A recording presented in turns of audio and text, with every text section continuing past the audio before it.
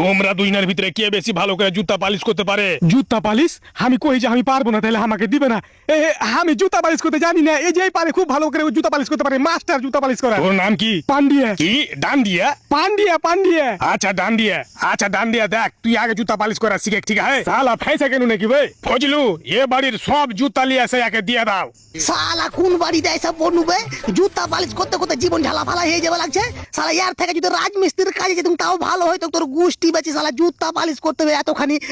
ধর শালা। এই লে জুতা। কি এলা ভাই? এগুলা সব সেকেন্ড হ্যান্ড জুতা, বুঝতে পেরে ভালো করে সাফ করে দিবি, ফের নতুন গেলে আর পরে দিব। আর কিছু জুতা পায়ের সুতা হেঁটে বাজার গেছে, ওখানে যখন জ্যাম নিয়ে আসবে ওখান দিয়ে তোকে সাফ করতে দেবো, ভালো করে সাফ করে দিবি, ঠিক আছে? এই বান্দার বেটা, এত পড়ে কি তুই বিশেষ ক্যাডার হবি নাকি? ভালো করে কাজ করতে পারিস না ভাই? এই বেশি চুদুর বুদুর করবি না, যাকে যেটা কাজ দিয়েছে ওটাই কাজ করবি, না তো কুত্তার মতন করে ঠাঠাবো সব শালাকে। বুঝতে পারছিস কি না?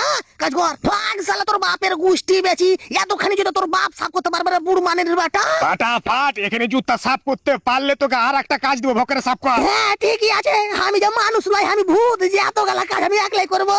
আচ্ছা এবার কহ তো, তোমরা দুইজনের ভিতরে ভালো করে কাপড় ধুতে কেটা পারবে? এবার আর ভুল করছি না, আমি কই যে আমি পারি ওই পারে না, তাহলে ওকে কাপড় সাফ করতে দিবে। হ্যাঁ এবার কই দে আমি খুব ভালো করে কাপড় সাফ করতে পারি, ওই পারে না।